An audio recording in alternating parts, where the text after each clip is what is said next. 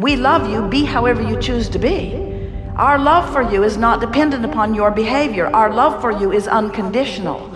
And that's the way we want you to be. We want you to experience the deliciousness and the naturalness of loving in spite of what's going on, you see. Hi, Abraham. We are. I know. About 5 years ago, I was listening to an Oprah show, and a man was talking about the law of attraction. And I went and got the Abraham book. And it was the best thing that ever happened to me. I couldn't get enough of it. And then the wheels on my life started to come off. And I had to have this major surgery to my neck. My husband at the time asked me to take my children and leave. And then I wound up in a rehab for alcoholism. But since then, it's been the most incredible journey ever. And Abraham was with me the whole way through.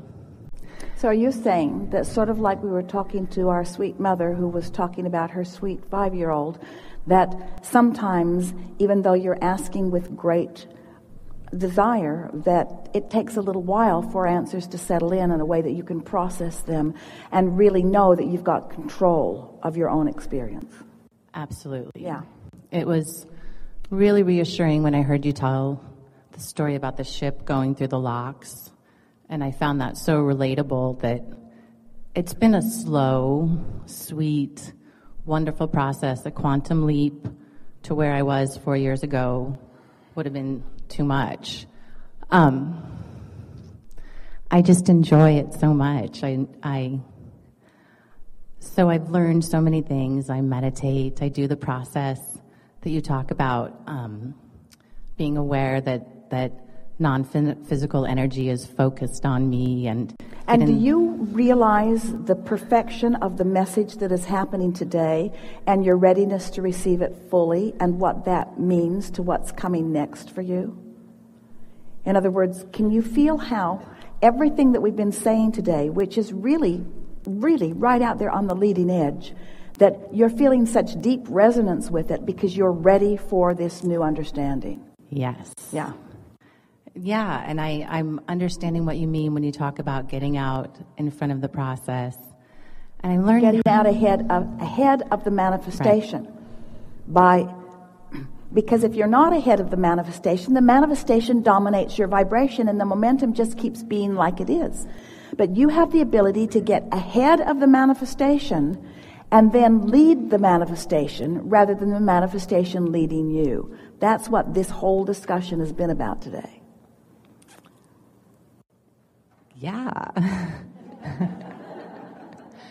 So, and learning how to relax. I just am loving that. And I was listening the other day, and I've heard you say it before, that my inner being is living the relationship of my dreams. And I thought, I paused and I thought, so my inner being is having sex with this man and I'm not at the party? Well, that's one way of telling the story. Your inner being is already here's the way to say it. Your inner being is already out ahead of the manifestation. But okay. So what did that statement do to you relative to it? Did it put you out there ahead, or did it amplify where you stand in relationship to this relationship that you want? It amplified it. Yeah, so say something different. It's happening, I believe. I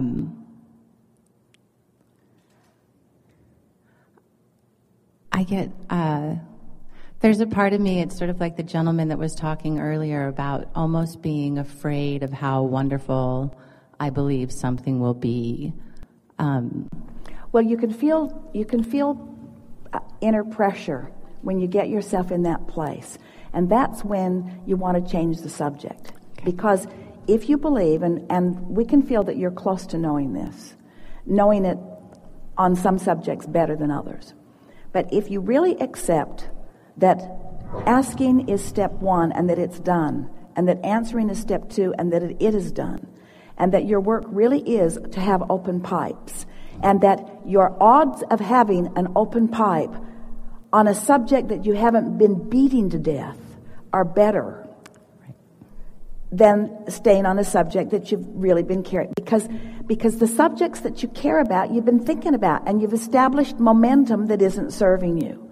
And that momentum has got to subside, and it's not going to subside as long as you keep beating the drum of that. Does that make sense to you? Absolutely. When you keep asking the same question, your question can develop, let's say this, a repeated question to which you have not seen movement continues momentum that slows the response you want. It's like some questions just hold you on this disc, and some questions hold you on this disc. But what about a question that frees you to this disc, you see? That's what we're encouraging. And when it's something that you've been wanting for a long time, and you keep thinking about it, and every time you think about it, you sort of walk through the same trenches, and you sort of develop the same feeling about it. Can't you feel how that repeated behavior is not serving you? And doesn't it make you want to lay new pipes by getting off that subject altogether?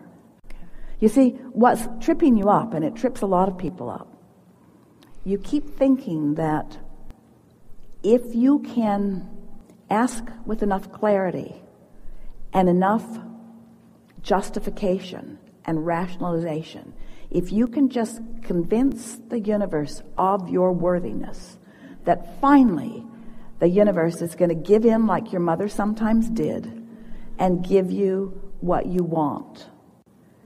We want you to know that when you coax like that, you are perpetuating the very momentum that is clogging the pipes.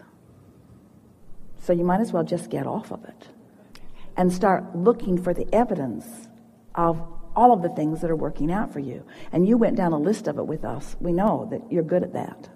We know you are. How'd you like that? That was clarifying, isn't it? Yeah.